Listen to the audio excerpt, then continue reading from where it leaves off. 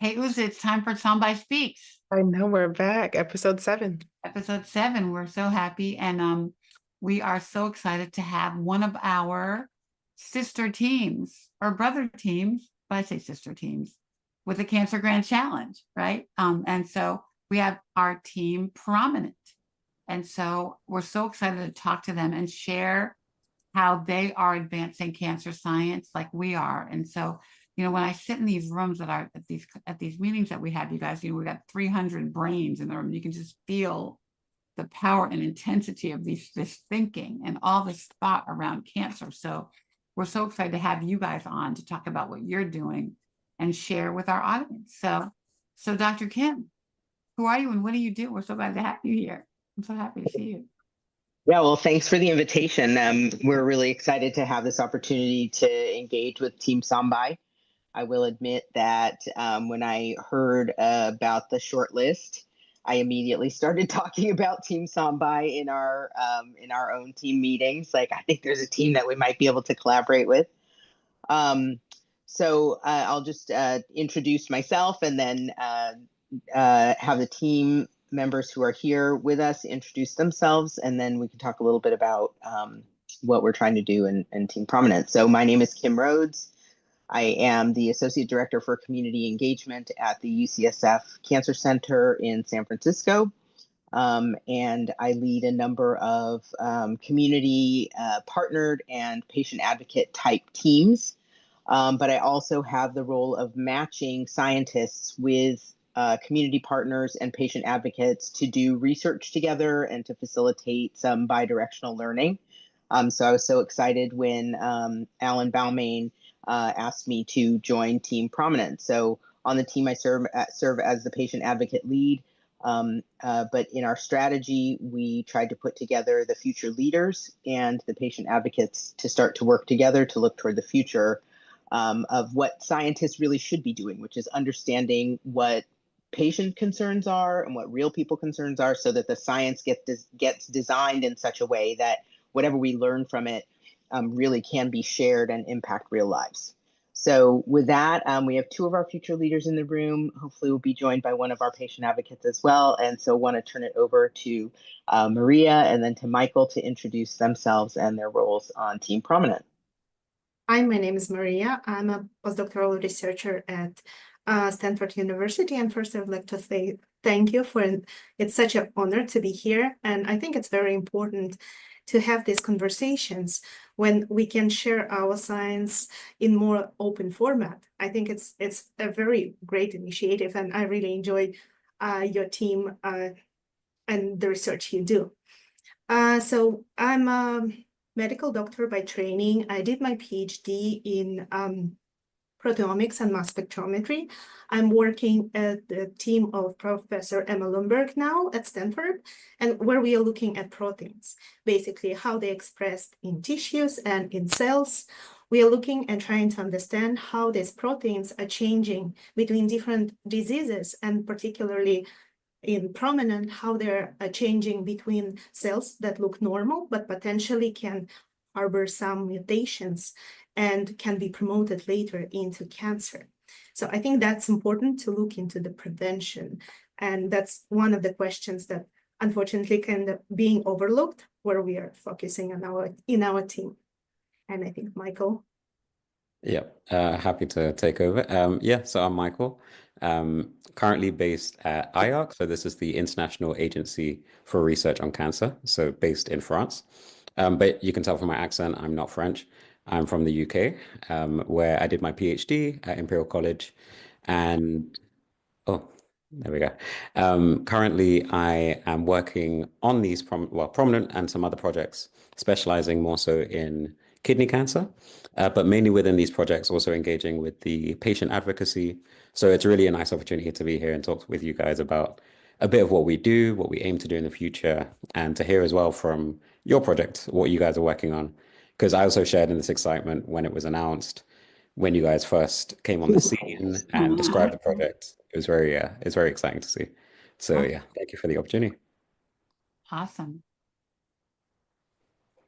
And I think we just had Lluvia just arrived and is one of our patient advocates. We're just doing quick introductions before we kind of get going with our with the podcast with our collaborators from Team Sambai. Yeah. Sure. Turn your phone sideways. Turn your phone sideways, and then we'll see your beautiful face. There Better? you go. Yeah, Okay. that's much better. Right. Perks of living out in a rural area. In any event, hello, good morning or afternoon, evening for some of you. My name is Lluvia Del Rio. I proudly part of Team Prominent under the guidance of Dr. Kim Rhoads. I mean, how much do you want me to share? I mean, I could go in a lot of different directions. You want to share your story? Are you a patient? Yeah. Yeah. So, So what's your story? And I began this journey in this type of work in about 2018, a year after I had a cancer diagnosis. I was a new mom, and I'd been feeling tired. My work at the time was very demanding. I worked in agriculture, the town I'm from, the whole county. Our economy is agriculture. It's known as the salad bowl of the world. We feed about 80% of the leafy greens that are consumed in the nation. Where are you? I'm in Monterey County. Okay. In Salinas. So, it's not San Francisco, but to give you kind of an idea, we're in California. Okay. Our nearest larger city is San Francisco. As I was saying, some areas are remote, they're rural. 86% of our population is Latino, undocumented. Also living is high. But, going back to my story, I hadn't seen my doctor for a while, and they just couldn't really pinpoint. I knew something was not right in my neck area, but I did end up having a thyroid cancer diagnosis, which was a late diagnosis, or it took much longer than I would have liked for it to take. I feel I did my part, right? But I really had to advocate for myself, right? Coming from a, really traditional Latino family, even my family was like, you're not sick, you're making up things, you're fine. But I really did not feel good. And even like that, I felt like while I did have a support system, my symptoms were kind of also being disregarded by my doctor and my family, when really I knew how I felt, right? Thankfully, thyroid cancer is a very slow growing. I had a non-aggressive type, but then it really got me to think I had access to healthcare, right? Healthcare-ish, right? I had the ability to take time off of work, right? I I knew kind of the things to look out for, and then I thought, what about the population that doesn't have that access, that can't take all that time off of work, that has to still keep on going, right? That could dismiss their symptoms. So at the time, there was some work being done in the county that was planned, right? With the office of the governor and some of the major universities, Stanford being the closest one here. And it was a push for precision cancer care. And so I was invited to a would-be board. The grant had just been submitted. Didn't know if it was even going to happen or not, but essentially it took a year for the group to get the yes, and that's how my journey started. Through pandemic, that was essentially a time where I was able to get more involved, and the efforts, then I started to see more. I started to see more how underserved populations, they're already at higher risk to develop illness, but how they weren't being served. So that only, allowed me to kind of like, work in this type of effort within my community. And I'm from Salinas, so that's like the largest town within the county. But then, there's also remote areas that, there's literally a lot of residential area that's surrounded by fields. And, fields, they're no longer sprayed with helicopters. Now they're sprayed with drones. But the risk is still there, right? And I remember telling my group, like, both my parents worked were field laborers from like the 80s to like the early 2000s. And for all those years, my dad, from about his knee down, his pants would develop these little tears from harvesting. Their fingertips would develop these cracks that no matter how long they would wash or clean them, it's still dark, and it wouldn't go away until the season was over in about November, and they would occasionally take some time off, but even so there was still work to be done, whether it was like working on irrigation or setting up. It was still field work, not harvesting work. So in any event, I left my career that I love so much. And, I started to look at this as like, my gift to the world. With that being said, like, I've learned so much with Team Prominent. I'm going to say it now, and I don't even think I've ever told you, but, Kim has really been a blessing in my life. And she's been a blessing in my life. And she is, a blessing to the communities that she serves, because, the type of work that she's doing, that we're doing, is ultimately is going to save lives, does save lives. There's so much, sometimes even like, with your basic screenings, like colon cancer, there's people that just don't want to do it because they have ideas that, are just these ideas, whether they're cultural or fears they may have. But, I think,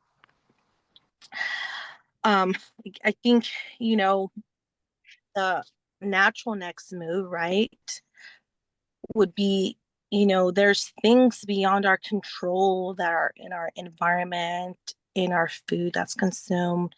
But, I would really like this to move into, eventually, granted that the research could guide us towards that, but policy work. I could tell you from my experience, how our food is grown. It's pretty scary. Going, just starting from like how the seeds are treated with GMOs, our water, nitrates in the soil, in our actual water. So it's just, I think that's where it starts. And, we could do all this type of work, right? And want to, hello, you there? Okay. We lost your face. Come back. But Lluvia, wow, you've opened up so many pieces of conversation. Just touching on so many things that our project is actually for the environment. It's huge project. You don't think about people I at least did not think about people and families in her situations in those environments, and what they might be exposed to and how that relates to possible diagnosis. Yeah. So Kim, what's the essence of the project of Prominence? Like, what is sort of your overall objective, So our challenge is about what we call normal phenotypes, and I guess I would say in more simplistic terms, it's just asking a question: how do normal cells stay normal? But what we're really trying to look at is the transition from normal and what that looks like to to malignancy. Okay. But we're asking a question about, I think our traditional paradigm for cancer causation is that a cell becomes mutated. Right. That's kind of the normal cell gets screwed up. Right. Right. Right. But in a previous grand challenge that included some of our current leadership for Team Prominent, and that team was called Mutagraphs, what they discovered were some chemicals or some exposures that we know cause cancer don't necessarily leave a mutational signature. And so the question becomes, well, if it's not about mutations by themselves, what else is there that might be driving it? And so I think one of the good, easy to grasp examples of this is this idea that we are all full of mutations right now. So all of us. Mutation? Step back for a second. What's a mutation? Can we explain that? Sure. So actually, why don't I ask Michael and Mariya to kind of give some of the examples, because we spend a lot of time with the future leaders interacting with the patient advocates to answer precisely these questions. What is DNA? What is a mutation? What is cancer? And that then lets us get to what is cancer promotion. So I'm going to kick it to maybe Michael to. Yeah, sure. Yeah, so essentially, within all of us, we have our DNA. So this is what you inherit from your parents. It dictates how your hair is going to be, the color of your eyes, everything about you. And from birth, all through the course of your life, this DNA can change. It can get mutations, but typically your body does repair these as well. So you can imagine that a mutation is simply an error in this code. So when the DNA replicates, a cell divides as you grow, this DNA, there can be mistakes in it. And these mistakes are mutations. What Mutagraphs, this project, was looking at were these patterns of mutations that can be present in someone as well. So when we really talk about something causing a mutation, it could be someone smoking tobacco and the smoke causes mutations. There's also these things that we're investigating in Prominent that don't necessarily cause any kind of mistake in the DNA. It doesn't damage the DNA, but somehow it's causing the cancer, or it's increasing the risk of the cancer. Like the chemicals in the grass and the water. Exactly. So even, in this example, it could be, typically things in like pesticides. It could be some things that are actually naturally occurring that also can cause damage to our DNAs. They can increase our risk of cancer. But a lot of the synthetic things that we're experiencing in the world now, in drinking water, so many things that can also have this effect. But we don't know it all. This is also the institution that I work in is trying to define these and also trying to do some of this policy work to put limitations on these. So the producers that are putting some of these things out. Wow. That's we're effectively trying to push against this idea that mutations alone are the cause of all cancers. That's really what we're sort of pulling it back to, because what it allows us to do is think about whether or not there are combinations of a certain kind of mutation that somebody has being exposed repeatedly to a promoter, some of which we have identified as external factors: Teflon coating on pans, Gore-Tex in jackets, forever chemicals in plastics. Hot drinks is another thing that we're looking at, specifically latte, like super hot, ultra hot drinks. But the idea that there are specific exposures that are kind of looking for, is my mutation here? If I find my mutation here, I'm going to cause that cell to grow out of control. Yeah. Interesting. Really, really interesting. So are you guys global like we are? Like where are you doing your study? Mariya, do you want to comment? Because I think you're the most global of our team. You've been in the most countries. Our team is located in 2 places, in Sweden and in Stanford, in California. I started my postdoc in Sweden, so we have part of the team there, and then I relocated to Stanford University. But basically, our team is across the globe. We have representatives in France, we have representatives in UK, we have also representatives, I think, in 3 or 4 places in US. It's in California, it's in San Francisco and Stanford or Palo Alto. And then I think there We are had Duke, we had Duke, but not so much anymore. And then Spain, of course, in Barcelona at the Institute for Research there. Very cool. So how are you, so just to make, so like for our study, I can only speak to, and you know, I'm not a scientist, I'm a marketing person and advocate, but for our study, we're actually taking a blood draw of patients and then studying that sample, right? Or collecting 40,000 samples. So what are you guys doing a similar thing, collecting samples from patients, are you engaging with patients? How are you doing that work, part of the work? So a lot of the samples actually came from the first team, Mutagraphs. Okay. And they traveled the globe collecting tissue from both very near to the tumor and the tumor, because they were looking for the mutations in the tumor, but they also took samples of normal tissue. And that's the tissue that we're studying and working on. Got it, the normal tissue. Correct. Normal tissue in a cancer patient. In someone who has been treated for cancer, yes, or is undergoing treatment for cancer. So those biopsies or large samples came from patients. But we also have a couple of other projects where we're getting tissue from other types of sources. And Michael, I don't know if you want to talk about Brazil, because our pathology focus is in France and IARC, and Michael works with Banush, our pathologist. So maybe you can speak to where we're getting other samples. Yeah. So basically, this specific like sub-project that's happening in Brazil is quite interesting. So this is with the idea of really digging into this this phenomena that we're seeing of air pollution. So the idea that air pollution in itself can be something that increases a risk of lung cancer. And Banush, one of our colleagues, she's basically gone to Brazil and is actually taking samples from autopsy studies, so people that have passed away from any cause, and seeing how within this specific city where there is very high air pollution, I believe it's Sao Paulo, but taking samples from them to see if there are these markers of what we can look at and see, okay, this is some damage in the tissue, this is damage in the lungs, that may be something that is on the route to what would cause or develop a cancer. Wow. So, yeah, it's currently ongoing. Yeah. Wow. Wow. Are there specific cancers you're looking at, or just sort of cancer all in general?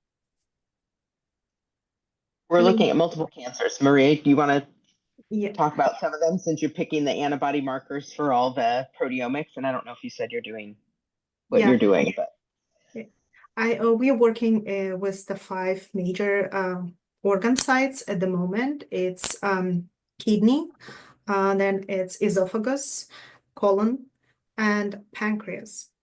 Okay. And this is quite an interesting diversity of the organ sites, because all of them have very different cell populations that we are trying to visualize and see and study.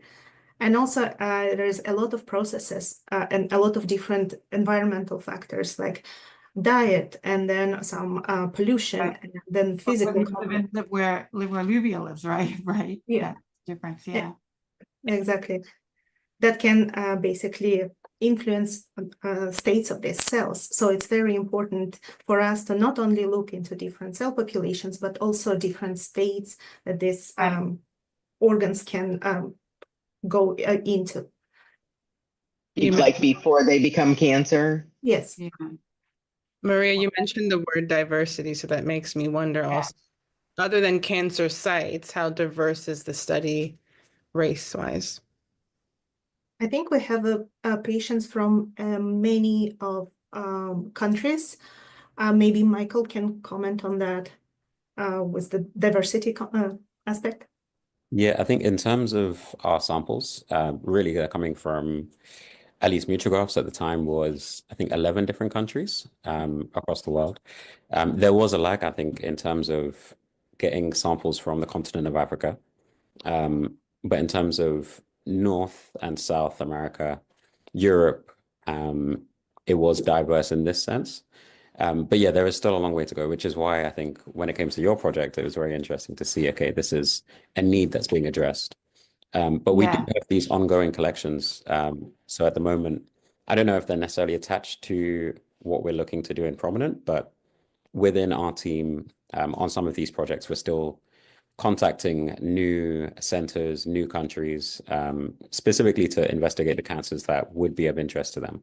So in the case of something like colorectal cancer, going to other areas where, okay, this needs to be addressed, or maybe it's a high cancer burden.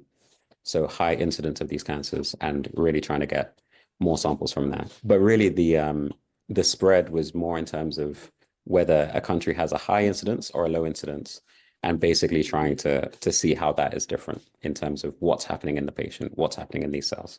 Right. In the different environments. What about age? Because, you know, Black people are getting cancer so much younger now. Everybody, actually, in breast cancer, the fastest growing group of incidence is now young women, already under 40. Yeah, so I don't know what the what criteria were set forth for mutagraphs.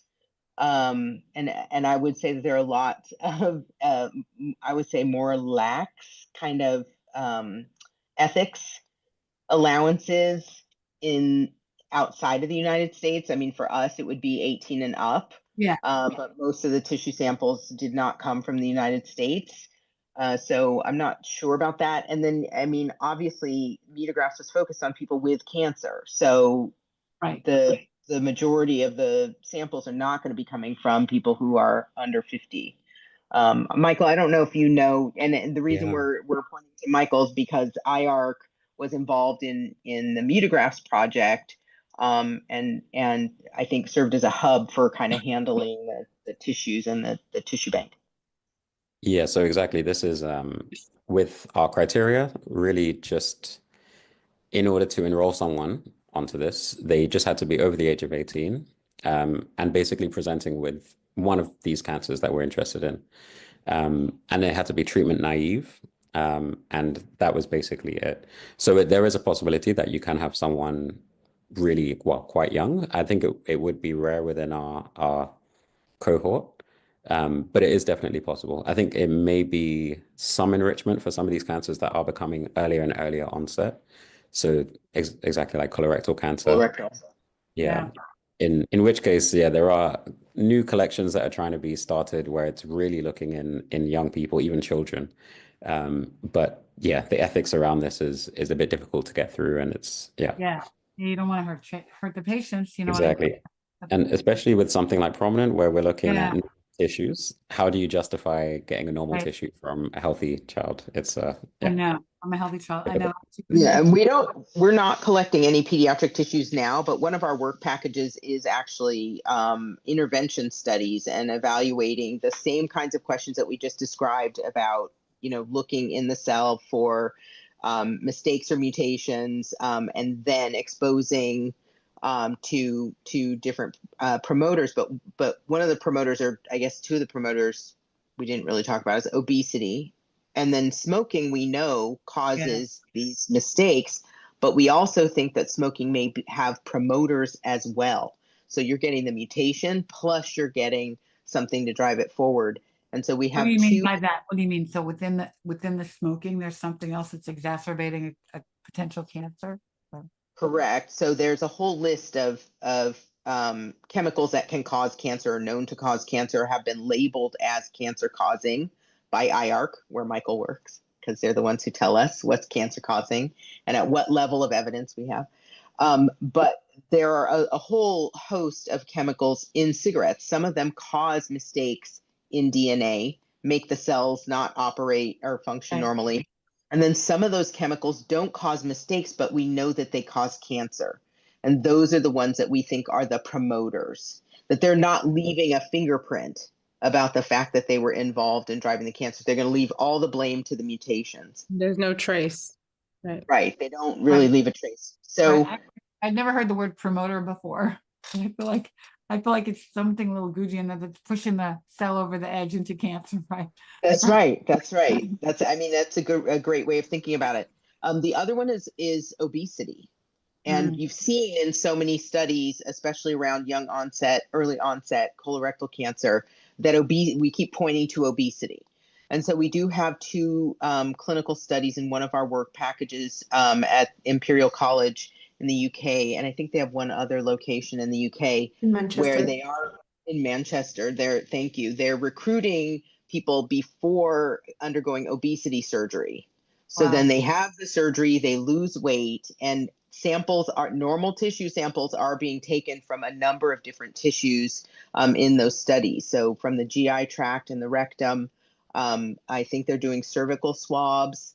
Are they doing endometrial biopsies? So there's actually a lot of normal tissue that I remember when we heard the list, we were like, in America, you would never be able to do that. But it's going to create a tissue repository that can last over the long term. If any of those folks develop cancer later, you could go back and look at the progression across obesity, weight loss, maybe back into weight gain or not. But we have that, then we would have sort of a longitudinal snapshot in a way to start to understand the transformation of the cells, or if there were any signals that were there in advance. Well, And if having obesity surgery and losing weight reduces the risk, right? That's really what we're trying to understand. So many complications. But so just a question, I'm just trying to understand in my head. A person like me who's had cancer, I have healthy cells. Hopefully I don't have any cancer cells in my body. Are my healthy cells different from Uza's healthy cells who's never had cancer? I mean, most of the time, even different patients who had experienced cancer, their cells are different. There's so many, again, diversity between every patient. And then we see the differences, of course, between people who never experienced cancer before and people who did have experience. That's my question. Yeah. So you look at the people who have had cancer before, their healthy cells, to see how you can prevent. So basically that's one of the main questions that we want to see, whether we will be able to identify these types of cells, whether there is based on the different shape, size, protein expressions, or some mutations that already accumulated. And then we'll be able to basically trace it back and see whether those cells can also appear in the healthy individuals. Right. Wow, so complicated. So another question just for clarification. So Lluvia lives in this neighborhood where there's a lot of stuff going on, right? With the drones dropping chemicals and all that stuff, right? And I think what we're seeing is that people get cancer from wherever they get it from. They go to the doctor, they take the chemo, they do the stuff, they get better, their cancer, whatever, they have no evidence of disease, which I hate those words, but then they go back and live there again. So what happens? They have a recurrence, right? I mean, that's what kind of we're seeing in our exposomics work for Sambai. Like in New York City, these people are living in New York City, exposed to whatever they're exposed to. They go to Will Cornell, they go to, the hospitals. My dog is snoring. Can you hear that in the background? But they go and they get their treatment, and then they go back home. Yeah, and that's their home. And I think, but here's what's tricky. There are so many different factors that are contributing to the development of cancer that it's unclear. So they go back home. In our scenario, the promoter is looking for a specific mutation. So they go back home, they've got lots of mutations.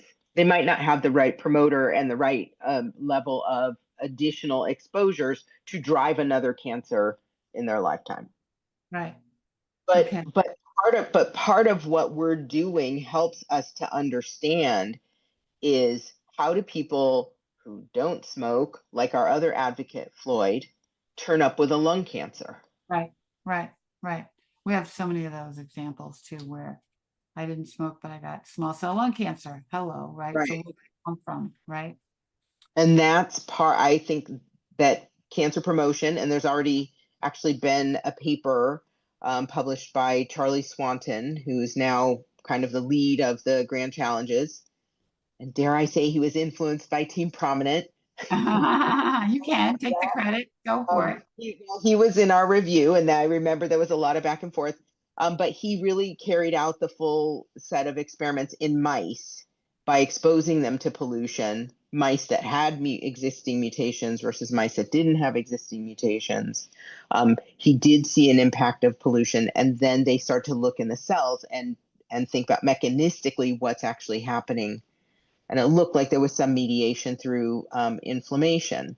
And that starts to, at least for the physicians, for the surgeons, right, start to help make some sense out of things, because we know that, and I didn't say I'm a surgeon by training. I'm now retired. I don't operate anymore, but I've operated on a lot of cancers.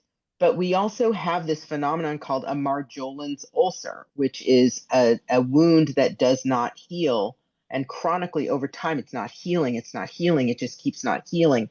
Once you get to about 15 years and you take a biopsy of the edge of that wound, you will find malignant cells there. Wow. Right. So that inflammation, as it's trying to heal, it's making the cells turn over, right? Like when you're making a scab, that cell's turning over, becoming a scab. The scab peels off, then collagen comes back, you get your skin back. Like that's all inflammation. And that process is ongoing. And because a lot of cells are turning over at that time, there are opportunities for mutations. There are opportunities for specific clones or cells that have a specific mutation to replicate. So what we're trying to get at is so basic and fundamental to our understanding of how cancer starts. That's why it's so complicated, because there's so many factors. It's not just the promoter. It's not just the mutation. It's the environment around those cells.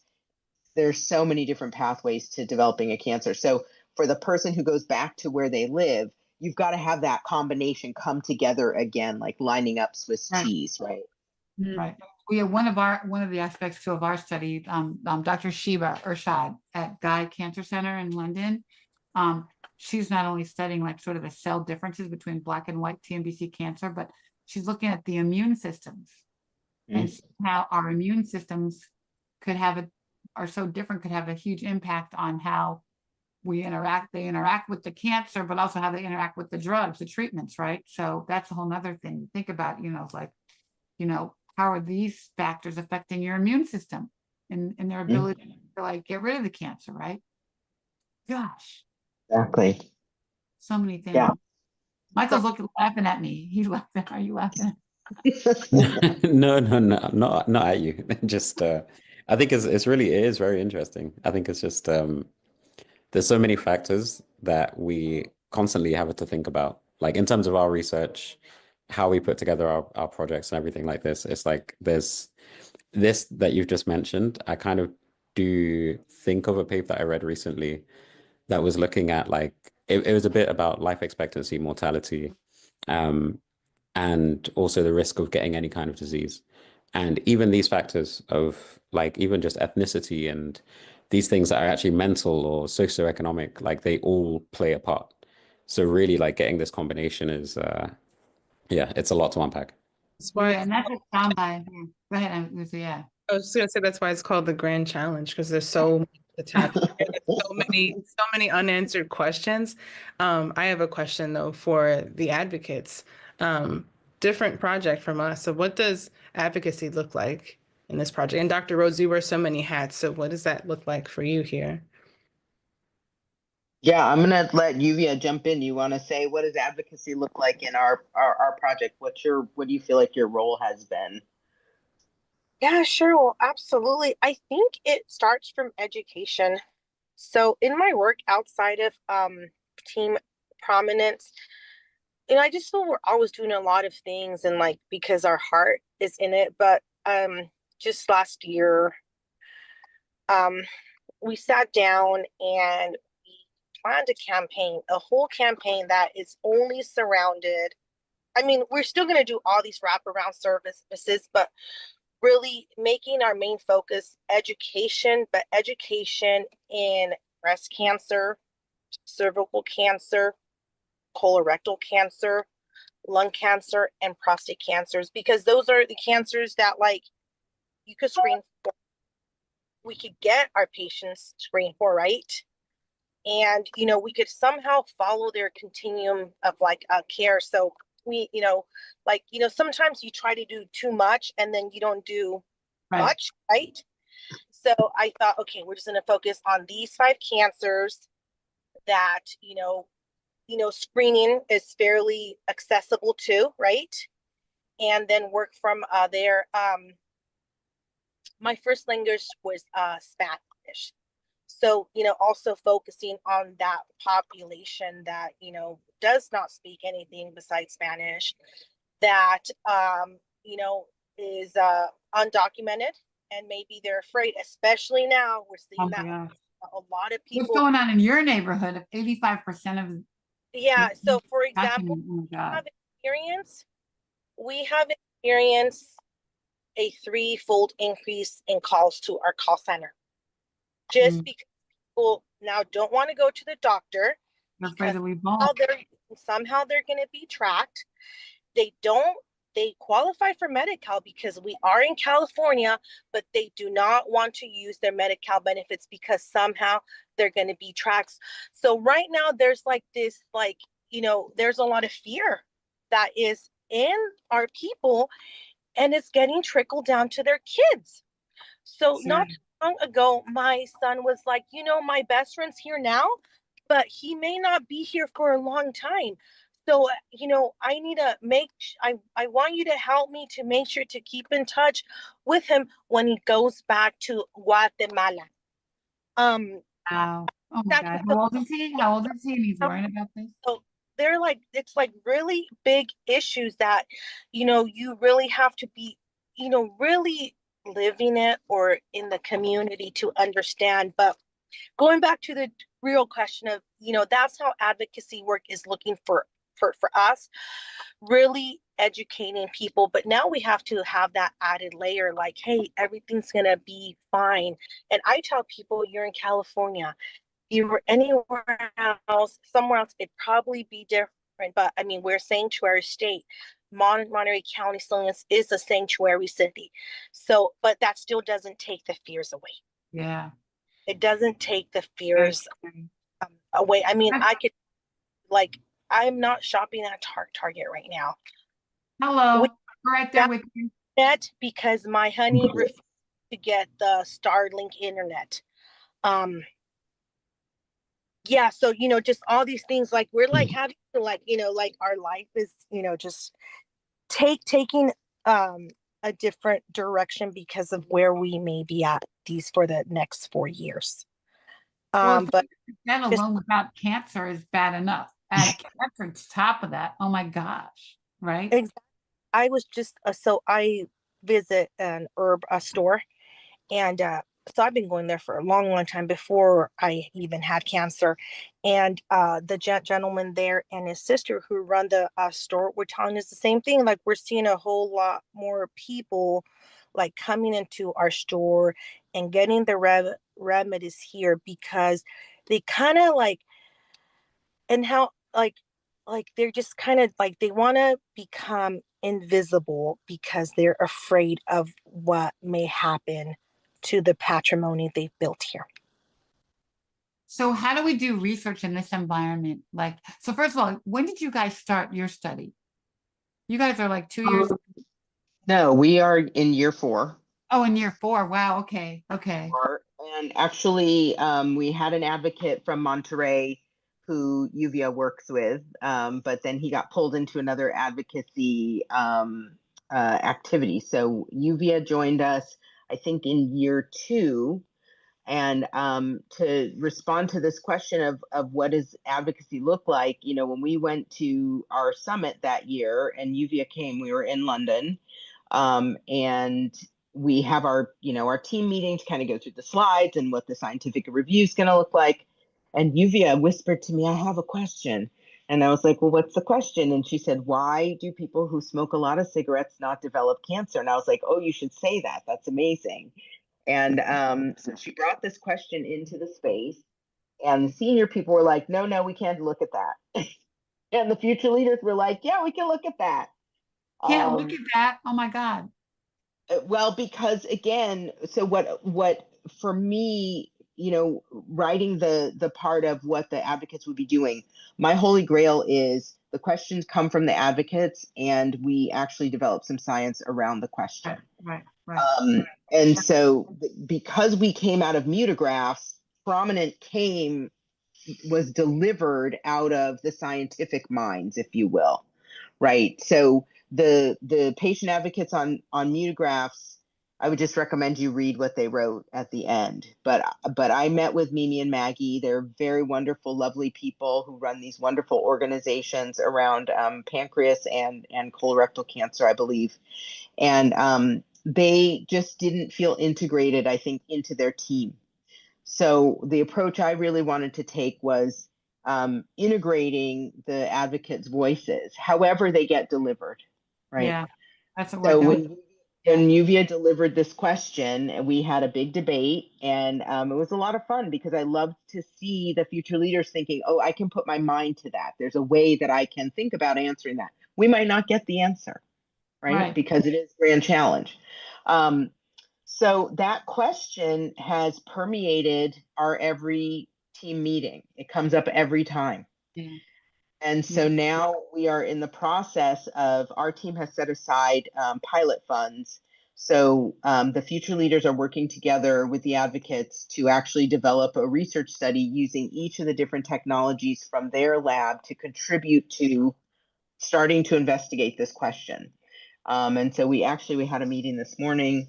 And one of the things that came up, which I thought was really cool, is there are some methods and approaches to answering this question in some of the labs where the advocates could actually come into the lab and do some of the experiments, or do parts of the experiments, or help with the tissue sample collection. So for me, what it looks like is regular people being very fully integrated into the process of developing the questions and helping to interpret the answers. So that's where we are. So we're breaking it down, bring it down. I think we also kind of say we put the hug around the science. So bringing some love to these conversations and saying, like you just did for Lluvia, saying, no, we are going to answer her question. Because we're going to try. We're going to try. Right. Wow. It might be interesting. The importance of keeping us at the center of it, because these questions, come up so naturally. Some things feel like second nature to us and not necessarily to the science brain. No offense to all of the doctors we have on here, all our researchers, but we get so wrapped up in the science of it all, and it's important, obviously, but remembering the patient is a person is also equally important here. We're doing it for people with cancer, right? Because we don't want to get it. Well, I was going to say, that's what I was going to say, is that our project, and I've really been adamant about this from the beginning, that because our project is about normal tissues, it's actually about everybody. I mean, most of the other projects are working on cancer. We're working on trying to prevent it. And I don't know if you can see our little tagline here. Is, I love stopping cancer. And then team prominent on. Yeah. I mean, us too, like we're going to take your blood draw and we're not going to be able to impact your cancer. We're worried about your grandkids, your kids. Right. That's the whole purpose of the challenge, I think, Wow. Yep. So are you entering into your year 4, entering into your year 5? We're entering into year 4, but I think we're probably going to be on a no-cost extension. Okay. Because we still have more to do. Our year 5, year 4 and year 5 is really about integrating all of the different labs, because we didn't even talk about the mouse studies, which are really looking at using chemicals as mutagens, making the mistake, and then another chemical as promoter. So we can actually control the time between you've got a mutation and are you going to develop a cancer, or are we going to drive that cancer forward with a promoter and can very clearly see mice sit with mutations for months and months and months and nothing happens. Nothing happens. And then you promote it and something happens. So we've got that mouse work. So we're trying to integrate the mouse and the human side of what's happening. And then also we're sort of debating, should we take it across, like take one cancer and do it across the whole continuum to show the entire spectrum of this idea of promotion with snapshots, you know, with the spatial proteomics, or like mapping out where the proteins are in the cells. And then also in looking at trying to block what we think is promotion. That's another work package we didn't talk about. So and then the that. clinical trials. Oh, the CRISPR part? Yeah. I don't know if Mariya or Michael can talk about CRISPR. I don't feel qualified to talk about CRISPR. Yeah, I mean, it's basically just changing different genes, the ones that we already talked about. And if we are able to find something that is expressed in the cancer cells, and we are able to just make the expression a bit lower or completely turn it off, and then test different chemicals and see whether this will help to either prevent from cancer, from developing cancer cells, or if there is a opposite, if certain genes or certain mutations are able to actually stimulate cancer development.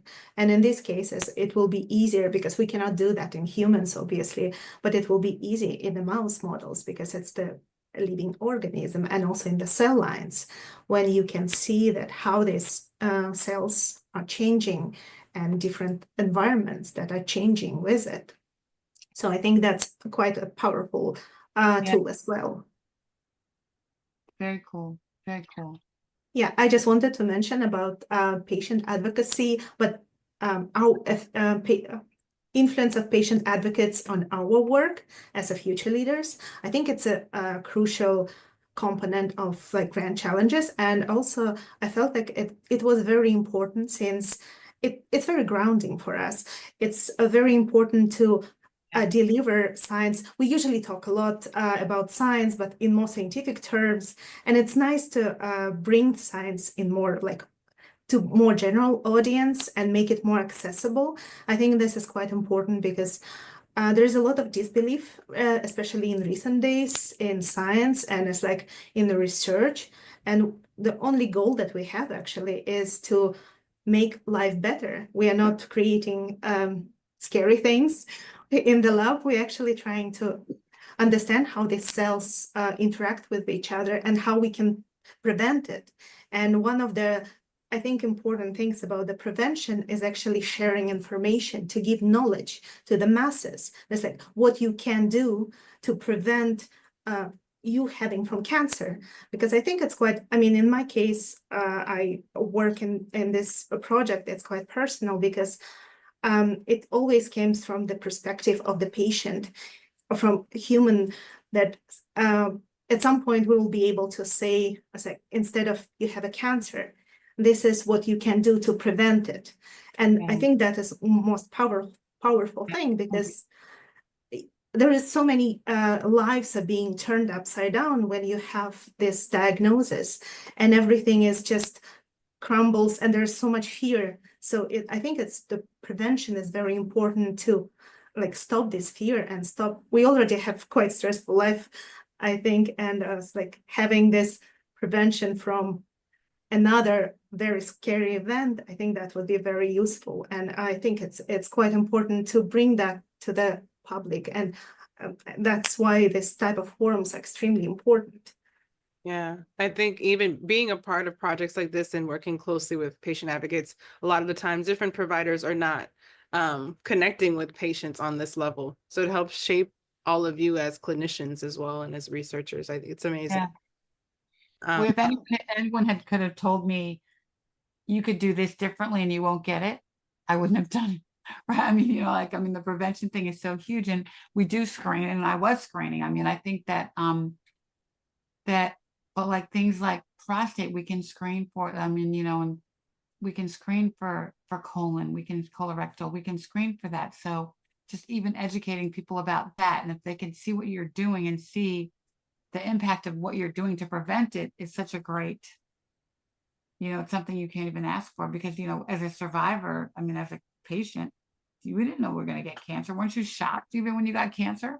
Like when you got that call, you got cancer, like you're shocked. Like, how this happen to me?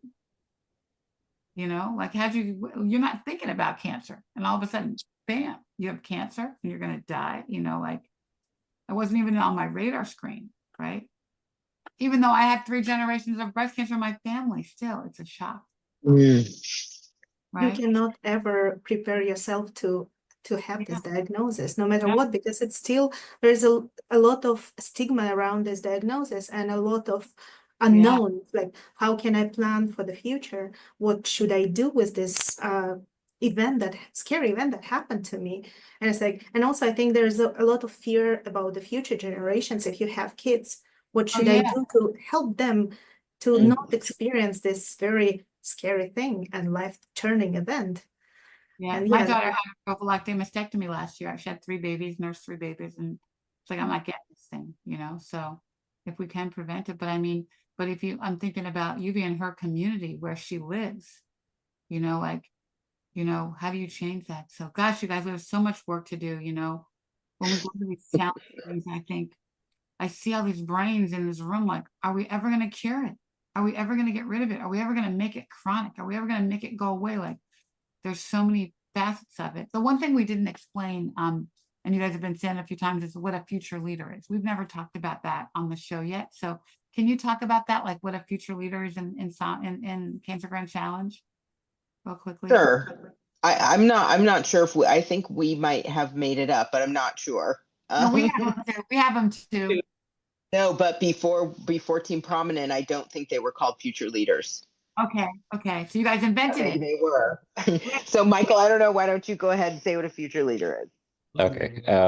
I guess within a project, so within our project, the future leaders are essentially the researchers that are not PIs. So we can go from being a master student, PhD, postdoc, whatever. We're the ones that are actually kind of doing the analysis. Right, you're doing the work. Yeah, the direction is more for the PIs and the team leads. But yeah, our future leaders, as it is in the title, the intention is for us to lead in the future.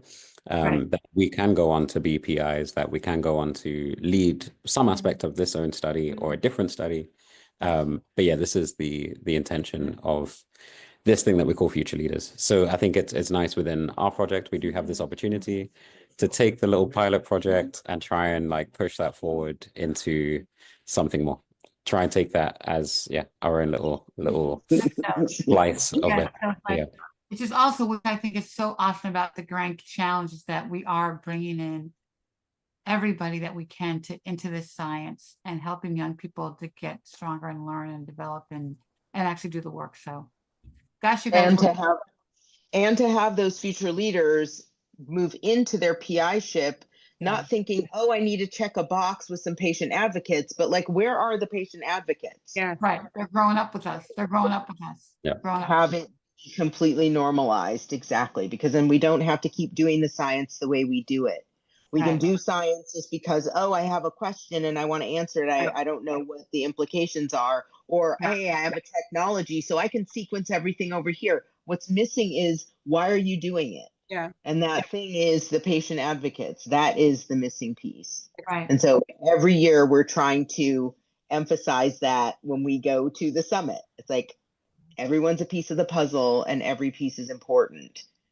Yeah. So expanding the lens overall. Yeah. Just how we do science and how we integrate people into the science.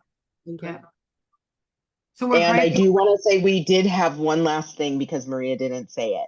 But Baba Gerald, who was one of our original advocates who passed away in 2024, asked a question in one of our training sessions, because we host the training sessions for the advocates are led by the future leaders. And one of the questions that he asked led to, I think, one of the antibodies or 2 of the antibodies that you selected for some of the experiments that we would otherwise have not been using. So we're really knocking on the door of Yeah. the science. Real people, the real stuff. Well, thank you. We're grateful for you guys. Thank you so much. This has been amazing. It's so great. Learned so Thank you much. for the invitation.